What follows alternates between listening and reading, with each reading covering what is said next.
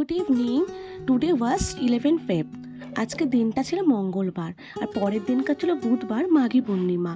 তো প্রত্যেক মাসেই আমাদের বাড়িতে পূর্ণিমার পুজো দেওয়া হয় সিন্নি প্রসাদ। আর অনেক দিন ধরে একটা গণেশ ঠাকুর কিনে রেখেছি, ভেবেছিলাম যে মাঘ মাসে একটা ভালো দিন দেখে গণেশ ঠাকুরের প্রতিষ্ঠা করব। আর পূর্ণিমা আর বুধবার দিন দুটোই একসাথে পড়েছে, সেই ভেবে অফিস থেকে বেরিয়ে হঠাৎ করে মনে পড়লো কাল তো মাঘী মন্দিরটা তো একটু প্রণাম করে নিলাম। এলাম দেন চলে এসেছিলাম মিষ্টি কিনতে, ঠাকুর প্রতিষ্ঠা করব কাল, সেই কারণে সেই জন্য মিষ্টি নিলাম। ফুলের দোকানে এসে ফুল মালা নিয়ে নিলাম। দেখো ফুলগুলো কি সুন্দর। এই মালার দোকানে কাকুটার কাছ থেকে মালাও নিয়ে নিয়েছিলাম।